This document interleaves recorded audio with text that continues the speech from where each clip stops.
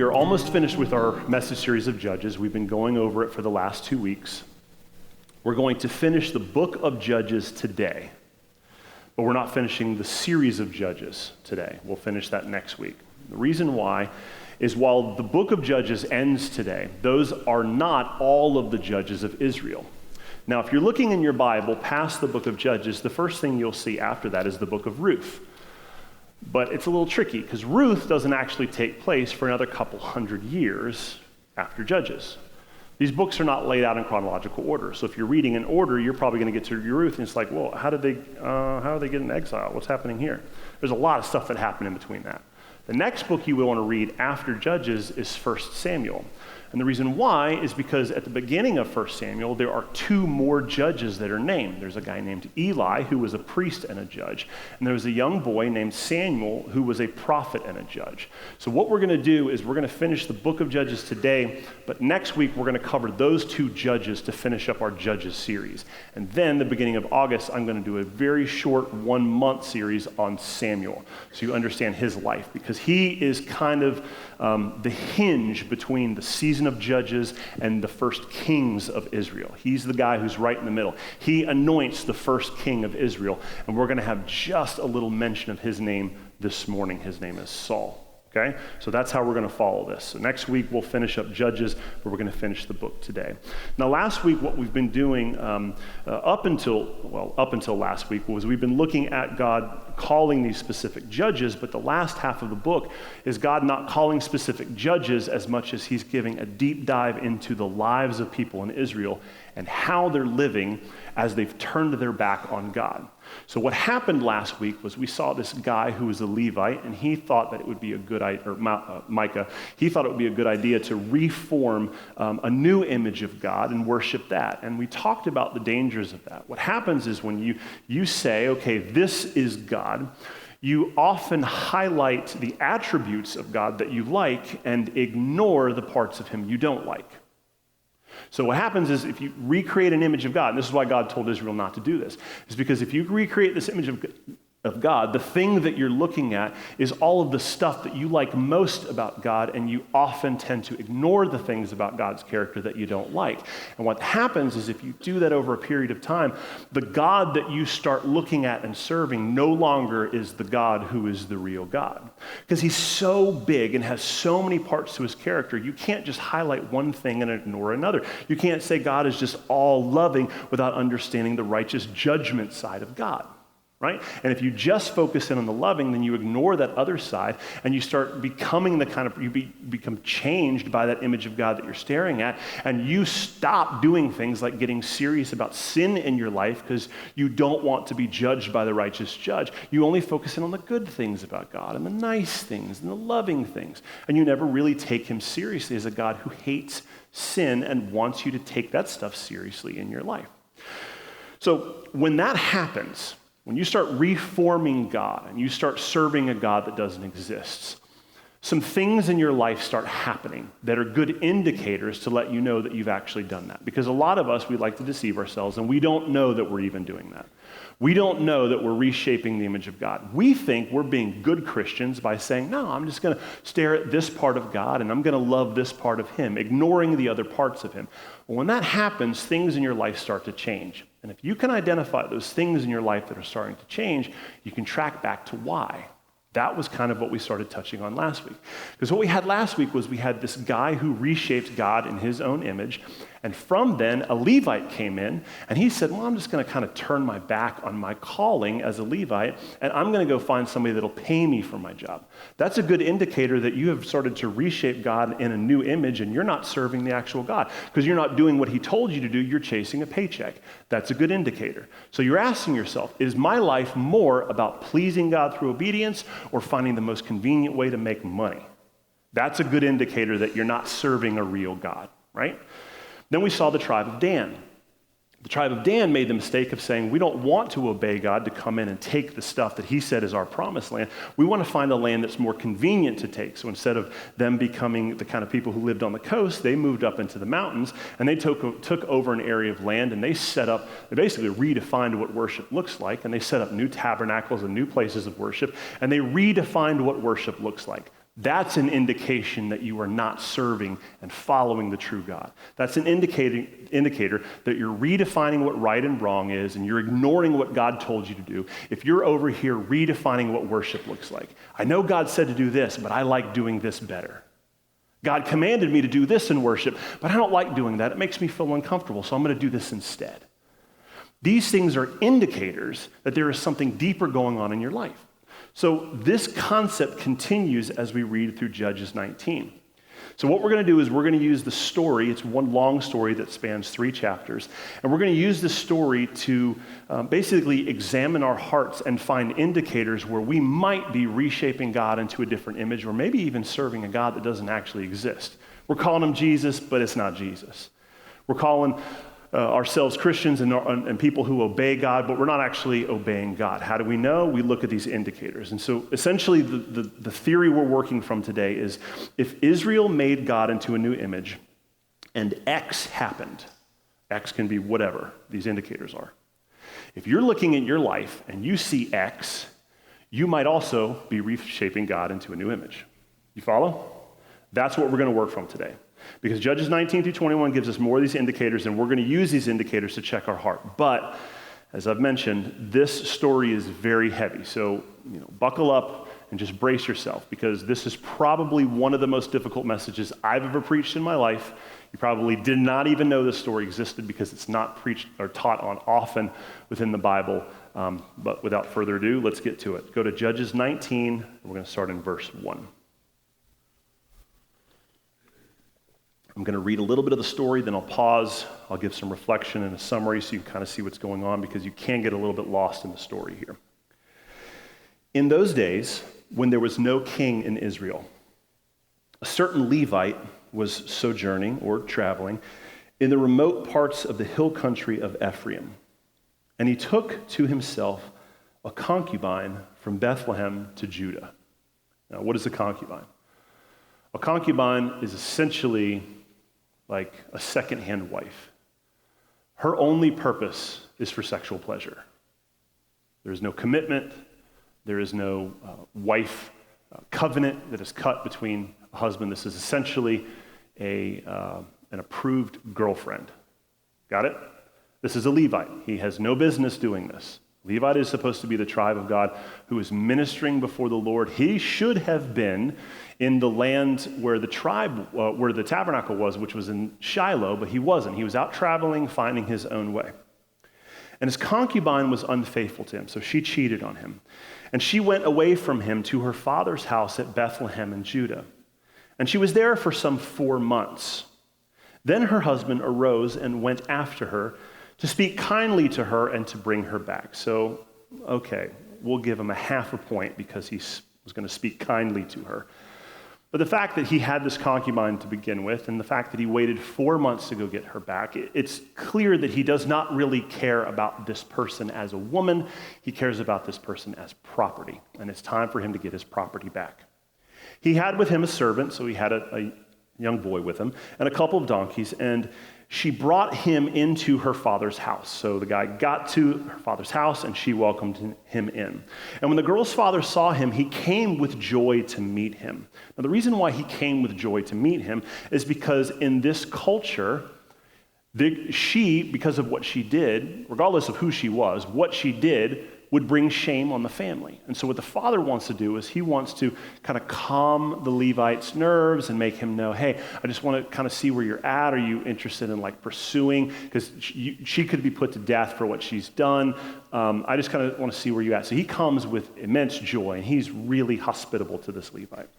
And his father-in-law, the girl's father, made him stay, and he remained with him 3 days. They ate and drank and spent the night there.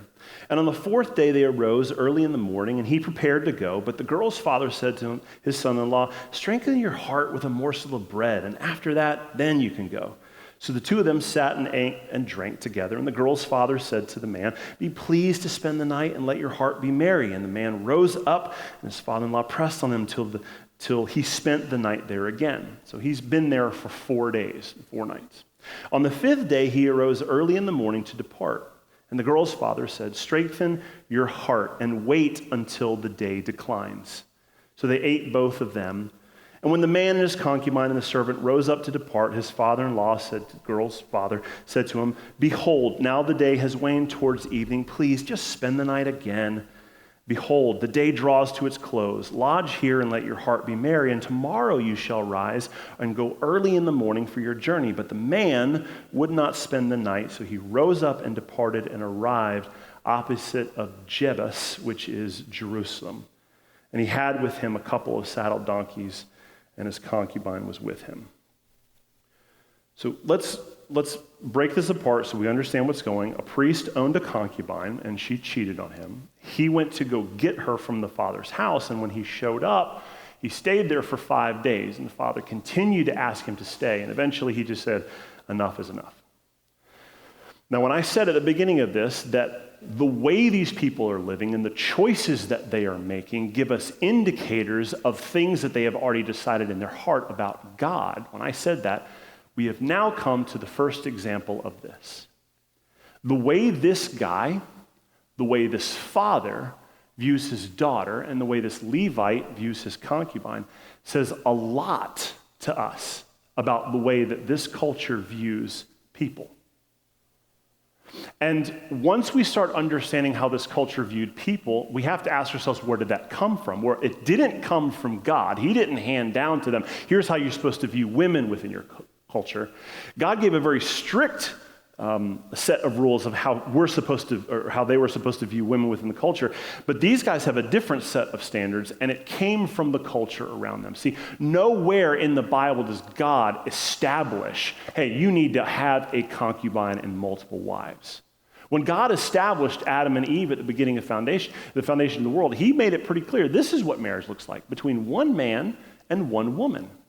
But when you start getting away from God's ordained way of doing things, you start adopting the cultural way of doing things, and you start giving yourself a pass, and you start saying things like, well, everybody else is doing it. Why can't I do it? This is one of those situations. So what's the first indicator that we see in the lives of these people that they have strayed away from God? It's the fact that you start to see other people as less valuable. When you start wandering away from God's command and you start reshaping his image into something that's more convenient for you, when you start redefining right and wrong in your own eyes, what happens is you start devaluing the people around you. People who were made in God's image now become less valuable than you. What you want becomes more important. Now, the writer doesn't name these characters in this story because most theologians agree that he wanted to make the point that, as sad as this is how all men treated women. This is how all fathers treated their daughters, and this is how all priests acted. So in a way, you could read this like a parable. A Levite did this, and her father did this. This is a true story. This is something that actually happened. But it's an indication not just of this specific family and their view of women, it's an indication of the entire culture of Israel and how far they have strayed and their view of women because they turned their back on God. Like I said, this is not how God told Israel to treat women or to treat their children. God commands, look, children, they're an inheritance to you. They're a blessing to you. They're not property that you sell to some Levite on the road. So, if this kind of life is an indication of people who have turned their back on God and reshaped the image of him and redefined right and wrong, then you have to ask yourself, is this indicator something that I can test my heart against? Do I see other people as less valuable? Because if the answer is yes, then the issue is just not how you see people. The issue is you're serving a God that doesn't exist.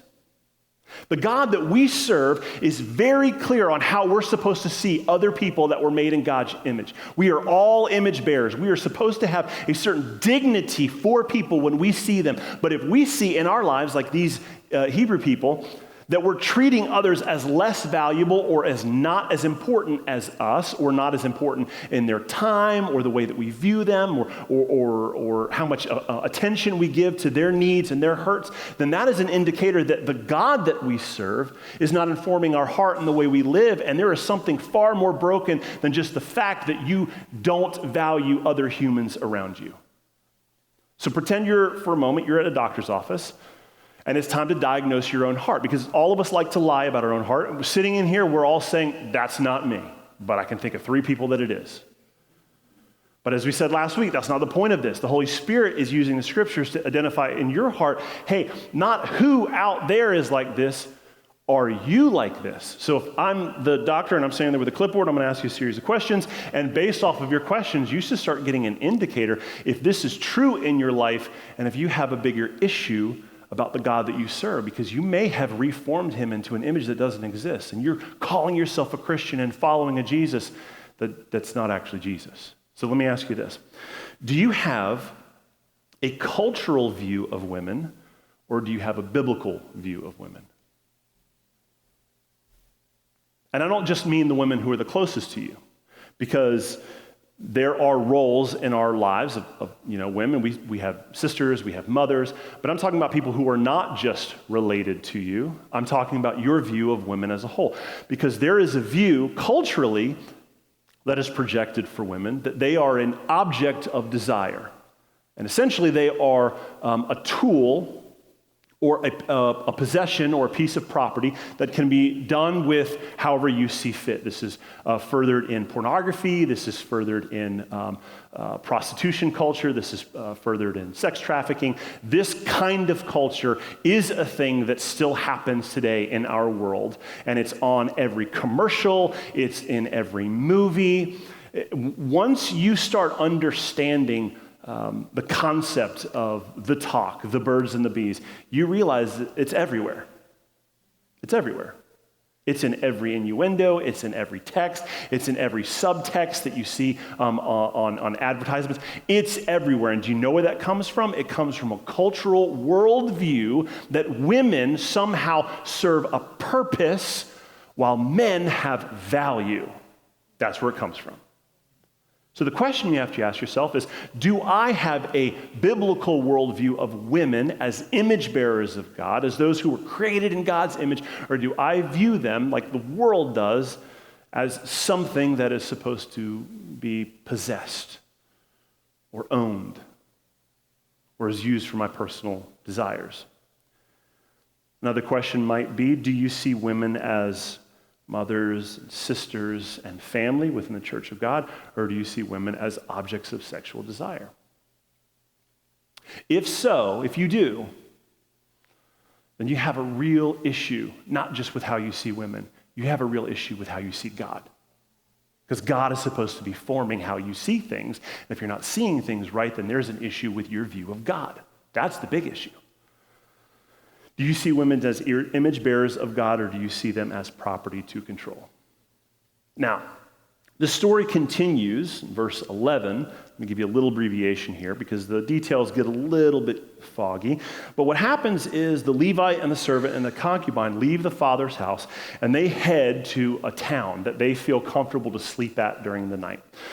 They pass by Jerusalem because Jerusalem was a city in the tribe of Benjamin, but Benjamin was lazy and they did not overtake all of the cities they were supposed to when God said, come in and take your land. So at this time, Jerusalem is still controlled by the Jebusites, which is a foreign tribe, a foreign nation.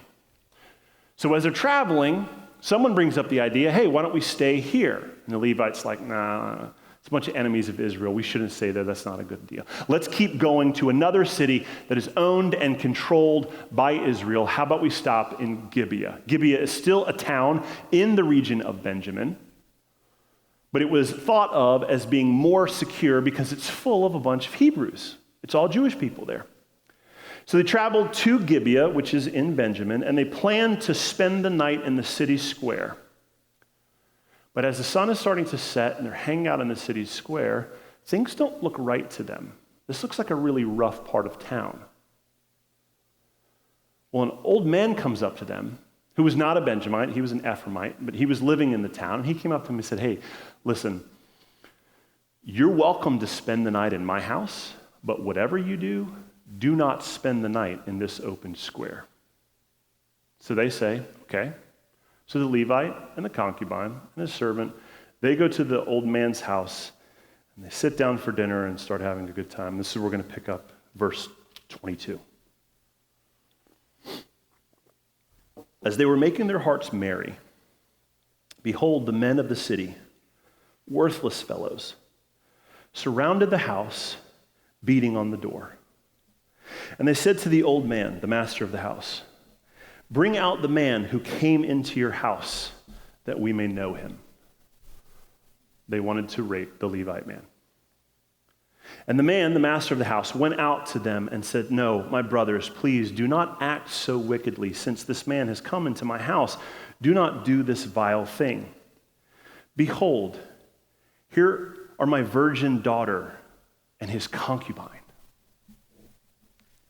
Let me bring them out, and you can violate and do with them what seems good to you.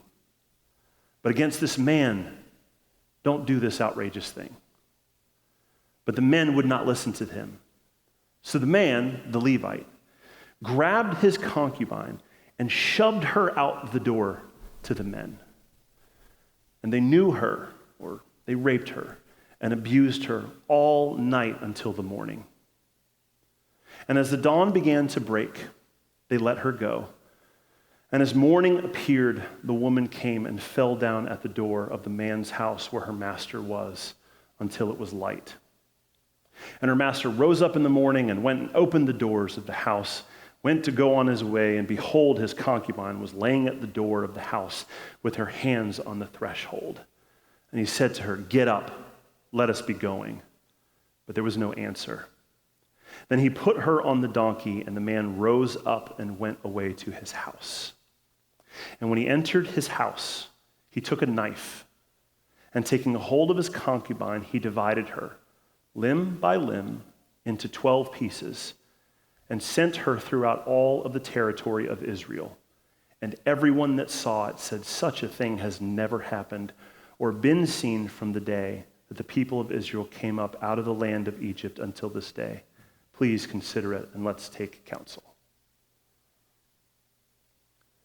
So the men of Gibeah wanted to rape the Levite, but the Levite sacrificed his concubine instead, and she was abused all night long. And when he gets up the next morning, he has no regard for her. He says, get on the horse. She has no response, and when they get home, it is not clear whether she died on the journey or whether he decided to take her life when he cut her into 12 pieces and sent her all over the tribe of Israel.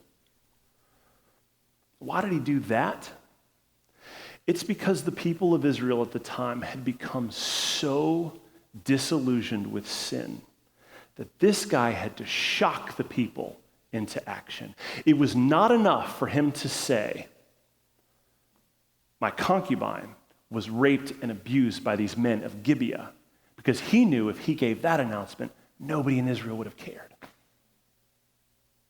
He had to do something morbid and brutal to her body and send it to the other tribes of Israel, just so it would shock them enough to get their attention to move to action.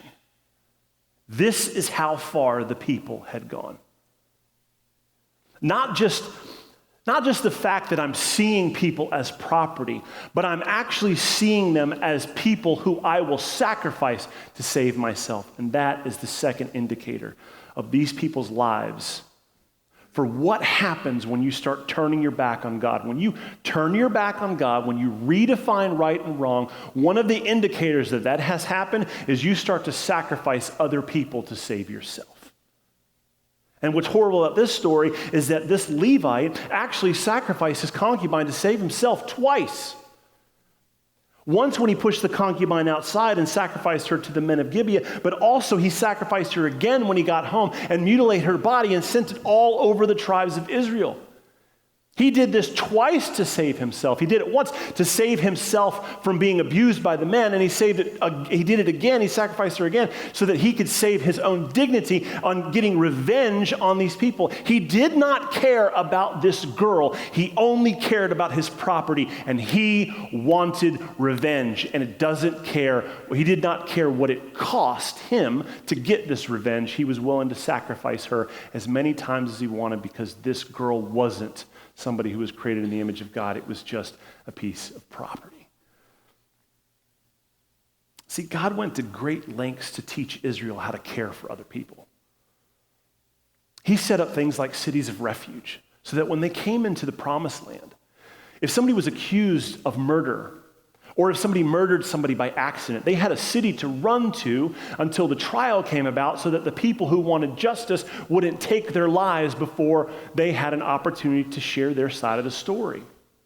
God commands all through the 10 Commandments. Most of the commandments are how to treat each other. Don't lie. Don't covet your neighbor's wife. In Leviticus 19:18, he says, love your neighbor as yourself.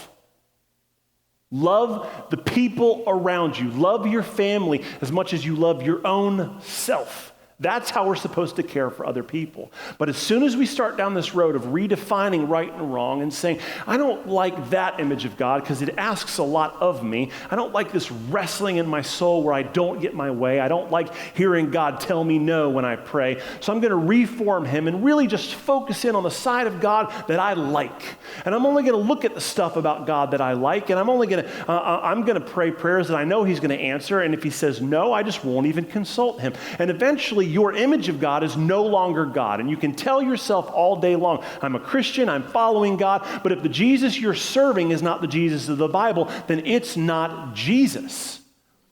It's some whacked out version that you came up with in your heart.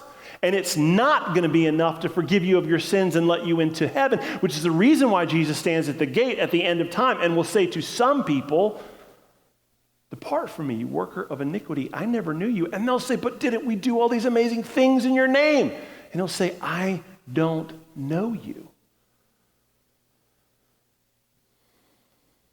So living like this is an indicator of something much worse inside of our life, as bad as this situation is. How do we check this indicator against our heart?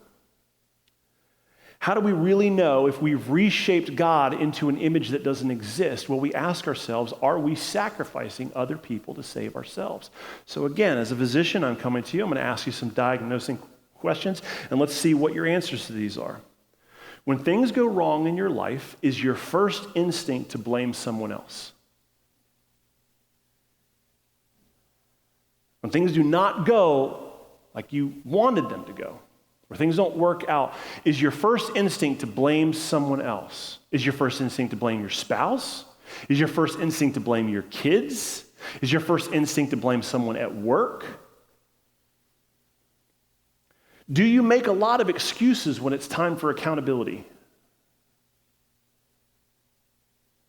When it's time to actually do what you're supposed to do and obey and be responsible, do you have a lot of excuses about how the world has just not been treating you right, or how things just haven't worked out, or how the hand that you were dealt just wasn't very fair?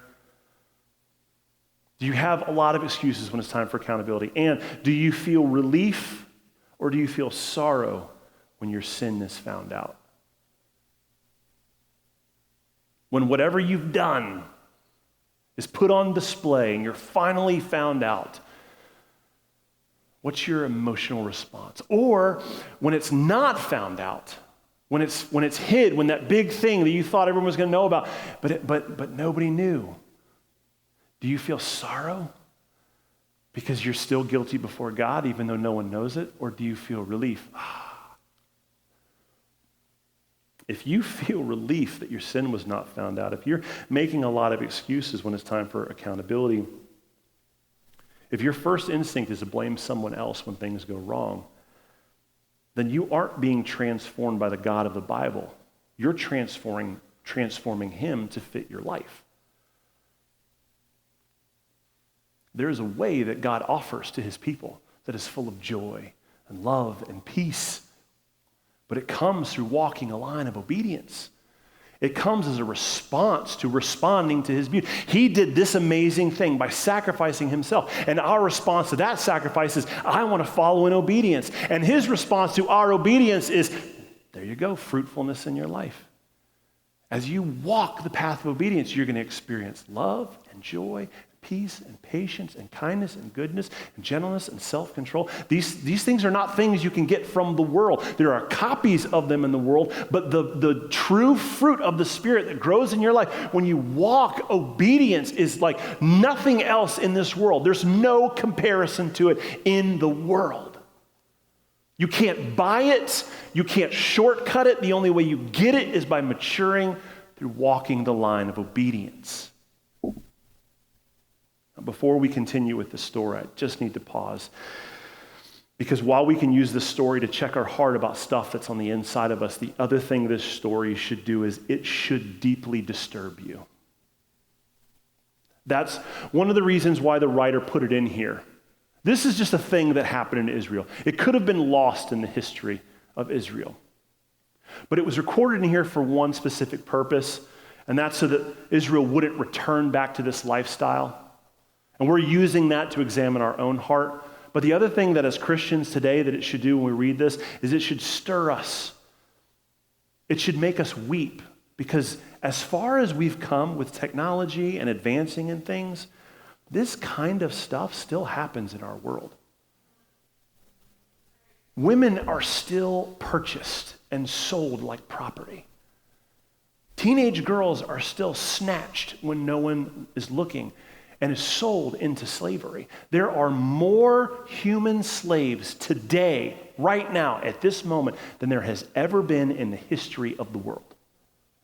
And they are sold on deep, dark places of the internet that most of us don't even know exists. It's a world that we don't even know exists.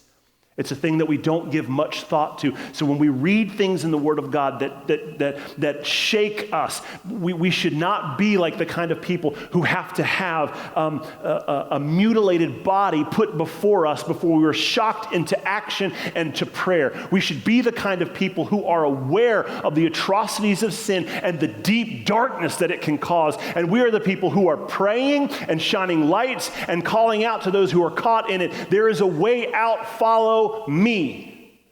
There should not be shame if you lived your life in the sex culture as a prostitute or as a stripper. There should be light. You can come over here and have your life be transformed. You don't have to live in shame with that darkness and that title for the rest of your life. You can be born again. You can be a new creature at this cross. Come over here. And when you come over here, the men over here won't treat you like the men treated you over there. That's what's on us. You're not going to find more in the church of the stuff that you found out in the world. We are different. We are people who, when we see the image of God, the true image of God, we are transformed by it. We're not letting culture define what women look like. So as we're spending time trying to examine our heart on a regular basis, we should not be blind to the atrocities that really do happen in the world. We should pray that more men who are sexual predators are brought to justice every day. We should not just excuse that weird uncle because that's the way he is. We should desire justice for our girls, for our women, for our young little girls who are growing up. We should protect them. That's on us. That's our responsibility. Now in verse 20, Israel responds to the Levites' sending of the girl's body across the country with the shock that he wanted. So verse 1, chapter 20, it says, "Then all the people of Israel came out from Dan to Beersheba, including the land of Gilead. And the congregation assembled as one man to the Lord at Mizpah. And the chiefs of all the people of all the tribes of Israel presented themselves in the assembly of the people of God. There were 400,000 men that assembled because of the package they got on their doorstep. Not because of what was happened to this girl, but because of what the Levite did to her after it happened. So let's not give them some props that they gathered under some righteous banner. They are gathering under the wickedness that they have allowed in their nation. They drew sword and they're righteously saying, it's time for justice. Verse 3, now the people of Benjamin heard that, and the people of Israel had gone to Mizpah, and the people of Israel said, tell us how this evil happened, and they're asking the Levite. And the Levite says, the husband of the woman who was murdered, he answered and said, I came to Gibeah that belongs to Benjamin. I and my concubine, we spent the night. And the leaders of Gibeah rose against me and surrounded the house against me by night. They meant to kill me. No, they didn't. That's not what they wanted. They didn't want to kill you. They wanted to abuse you. So you're already starting to change the story. And they violated my concubine. Well, they did that, but you gave her to them. And she's dead. How did she die, Levite? Did she die because you killed her? So I took hold of my concubine, I cut her in pieces and sent her throughout all the country of the inheritance of Israel, for they have committed abomination and outrage in Israel. That's the abomination? How about what happened afterwards? Behold, you people of Israel, all of you, give your advice and counsel here. And all the people arose as one man, saying, none of us will go into his tent, and now one of us will return to his house. But now this is what we will do to Gibeah. We will go against it by lot, and we will take 10 men of 100 throughout all the tribes of Israel, and 100 of 1,000, and 1,000 of 10,000 to bring provisions for the people, that when they come, they may repay Gibeah of Benjamin for all the outrage that they have committed in Israel. So all the men of Israel gathered against the city, united as one man. So they all gathered together against Benjamin, 400,000 of them. And the tribes of Israel sent men throughout all the tribes of Benjamin, saying, what evil is this that has taken place among you? So they are telling Benjamin, what did you do? It's time for you to pay the piper. Now therefore, give up those men, those worthless fellows, in verse 13 in Gibeah, that they may be put to death, and purge the evil from Israel. But the Benjamites would not listen to the voice of their brothers, the people of Israel. And the people of Benjamin came together out of the cities of Gibeah to go out to battle against the people of Israel. And the people of Benjamin mustered out of their cities on that day 26,000 men against 400,000 men. Besides the inhabitants of Gibeah, who mustered 700 chosen men. Among all these were 700 chosen men who were left-handed. Every one of them could sling a stone at a hair and not miss. And the men of Israel, apart from Benjamin, mustered 400,000 who drew the sword. All of these were men of war. Why was it important to mention that they were really good at throwing rocks? Because if you're going into battle, would you rather have a sword or a gun? I'd rather have a gun. You guys can go to sword with the battle sword if you want to. But it doesn't matter what war you're fighting. If somebody has projectiles that are as accurate as being able to take out a hair with a rock, it doesn't matter how big your sword is. They're taking you down before you get there, which is why the story of David and Goliath, this is a sidebar, which is the story of David and Goliath has always been interesting to me, because we always look at it as the underdog story. And we even use that as a thing in modern day culture, where it's like, oh, it's a real David and Goliath situation. Do you realize that David had the upper hand? Dude had a pistol, essentially.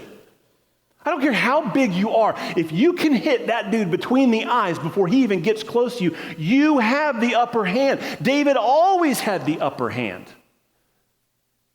I digress. So the Levite got the shock factor that he wanted. Israel assembled 400,000 people, and Benjamin refused to deliver the guilty people. So they gathered 26,000 men, and they go to war. And this reveals to us a third indicator that these people are serving a God that doesn't exist. Because what they're doing, the tribe of Benjamin, is they're defending the guilty because they identify with them.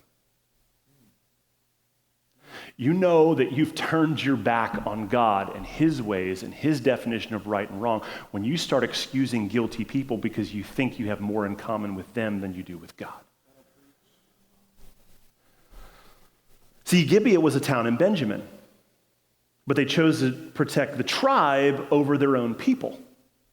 See, they were a part of a nation of Israel, but they were also part of a tribe of Benjamin. But at some point, Benjamin chose the tribe of their identity over the tribe of their nation. The tribe was more Benjamin than they were people of God. You see this a lot in churches where Christians become more denominational than they do Christian. They're more tied to the things that they think make them unique within Christianity than they do about what makes them a Christian. It creates a sense of allegiance even when you know the tribe is wrong. And that's what's happening here. They're defending guilty people because they think they have more in common with the guilty people than Israel. They should have just given the unrighteous men to these people for judgment, but they chose not to. They chose to side with the guilty people. So if this is an indicator, if this is something that we put up as a test against our heart, how do we know that we have strayed from God and we're redefining him in our own image and saying, all right, I'm going to say what's right and wrong and not follow God? What we start doing is we start defending the guilty because we see a lot in common with them. So let me ask you this question. Are you devoted to a political party or an organization even though you know it's unethical? Do you vote party lines even though you don't agree ethically, morally with most of the stuff they stand with?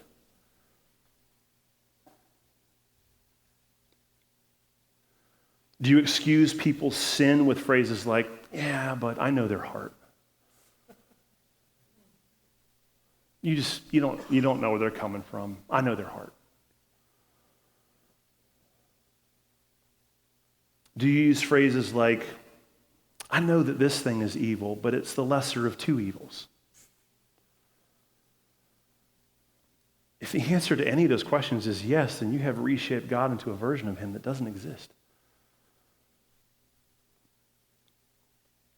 Now, in verse 20:18 through 21:6, what happens is the great civil war in Israel. It's the worst war in Israel up until the point where the kingdom splits to the north and the south. And what happens at this point is called the Battle of Gibeah.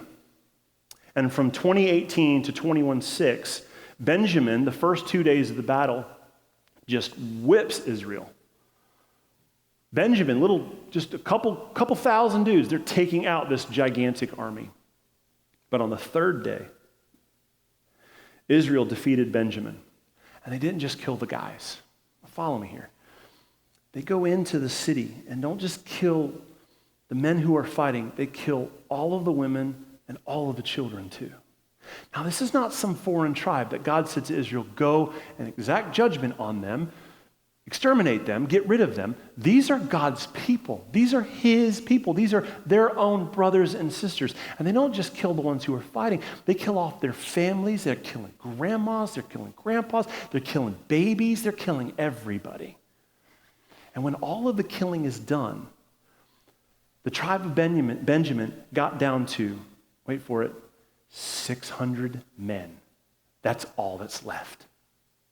In the middle of the battle, 600 guys flee up into the mountains and they hide out in a cave for 4 months. And that is all that is left of the tribe of Benjamin. There are no more children, there are no more wives, there's nobody left but these 600 men. So what Israel does is they gather at Mizpah again and they start weeping over the battle. And they start saying things like, what we have done is almost essentially just wipe out the tribe of Benjamin. What right do we have to take one of God's people and wipe them off the face of the earth? We have to fix what we did. How are we going to get these men wives? Because I'm not going to let my daughter marry somebody from Benjamin. How about you, Joseph? You're going to do it? Joseph's like, nope, I'm not doing it. Malachi, you going to let your daughter marry somebody from Benjamin? Nope, not me. Everybody starts they start swearing. I'm not giving my family, none of my daughters are going to marry a Benjamite. But yet they have this crisis of conscience because what they've done is essentially exterminated a tribe. So what are they going to do? So this is what they choose to do. Go to 21 verse 7. It says, behold, you people of Israel, all of you, give your advice and counsel. What are we going to do? Oh, sorry, that was 20. Let me go to 21. 21:7 says, what shall we do for the wives of those who are left? We've got 600 guys with no wives, and we don't want their tribe to be extinct, since we have sworn by the Lord that we will not give them any of our daughters. And they said, well, what one is here? What tribe of Israel did not come up to mourn with us for the tribe of Benjamin? Is anybody not here? Who's not present? And somebody says, nobody came from the town of Jabesh Gilead. For when the people were mustered, behold, not one of the inhabitants of the town of Jabesh-Gilead was here. So technically, none of them made the promise. So the congregation sent 12,000 of their bravest men there and commanded them, go and strike the inhabitants of Jabesh-Gilead with the edge of the sword, and all the women and all the little ones. This is what you shall do. Every male and every woman that has been together with a male you shall devote to destruction. So kill everybody who is married or has kids, and kill their kids too. And they found among the inhabitants of Jabesh-Gilead 400 young virgins who had not known a man by lying with him, and they brought them to the camp at Shiloh, which is in the land of Canaan. And the whole congregation sent word to the Benjamites who were in the rock and said, it's time for peace. And Benjamin returned at that time, and they gave them the women who they had said saved alive at Jabesh-Gilead. And they were not enough for them. Why were they not enough? Because they only got 400 women, and there were 600 guys. So what do? We've got a real predicament on our hands. We've exterminated another Jewish city. We've killed everybody in the town but 400 virgins, and it's still not enough. So what are we going to do? Go down to verse 19. And they said, behold, there's a yearly feast of the Lord at Shiloh, which is north of Bethel, on the east of the highway that goes up from Bethel to Shechem, on the south of Lebanon. And they commanded the people of Benjamin, so you 200 guys who still don't have a wife, here's what I want you to do. I want you to go hide in the vineyards and watch. When the daughters of Shiloh come out to dance during this festival, I want you to snatch each one up for their wife and the daughters of Shiloh, and then go back to the land of Benjamin. And when their fathers or their brothers come complaining to us, we will say, please just grant them graciously, because we did not take for each man of him his wife in battle, and neither did you give them else you did not give them to them, else you would not now be guilty. So essentially what he's saying is, we're not making any of you break your vow. We're just going to kidnap them in the middle of the night. So technically, you're not giving them away in marriage. We're just going to snatch them. And the people of Benjamin did so and took their wives according to their number and the dancers whom they carried off. And when they went and returned to their inheritance and rebuilt the towns and lived in them, and the people of Israel departed from there at that time, every man to his tribe and family, and they went out from there, every man to his inheritance.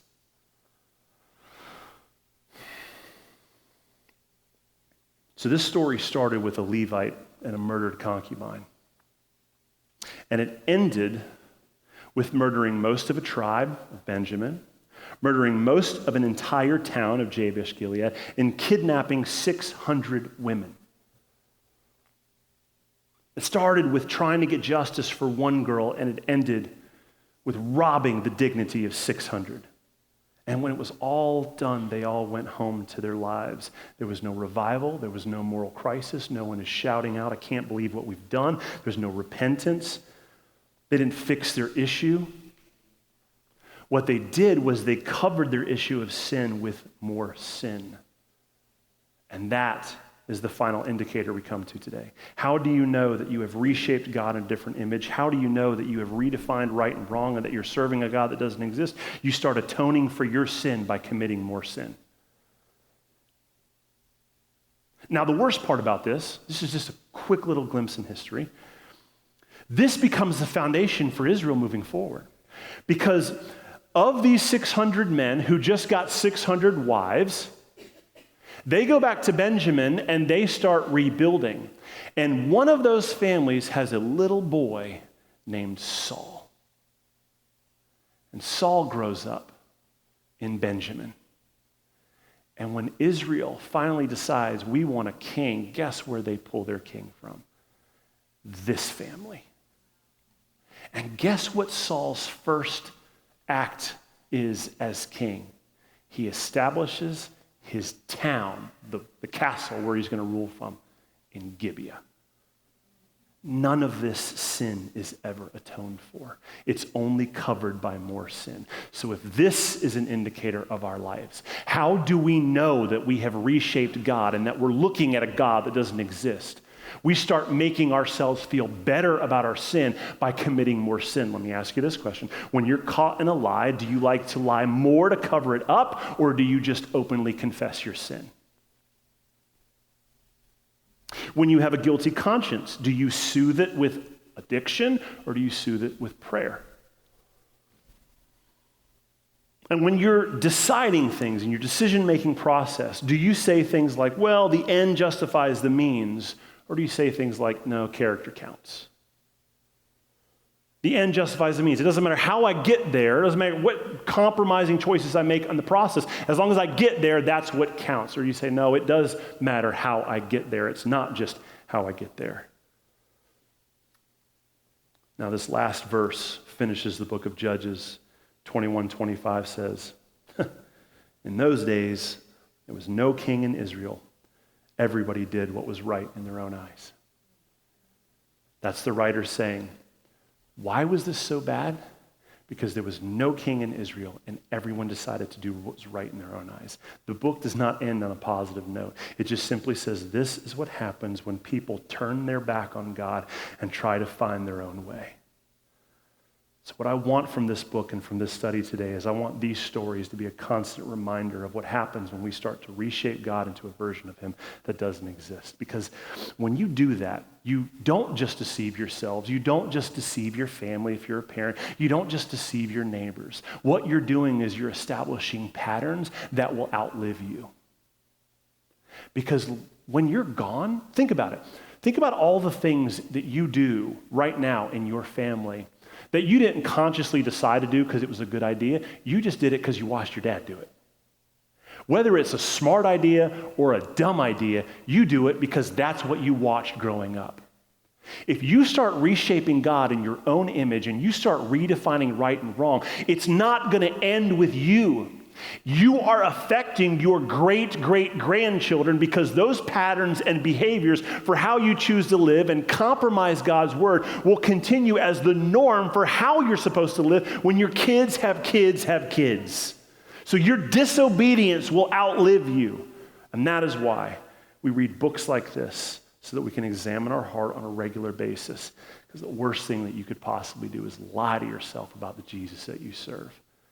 Make sure the Jesus that you serve is the Jesus of the Bible. Let's pray.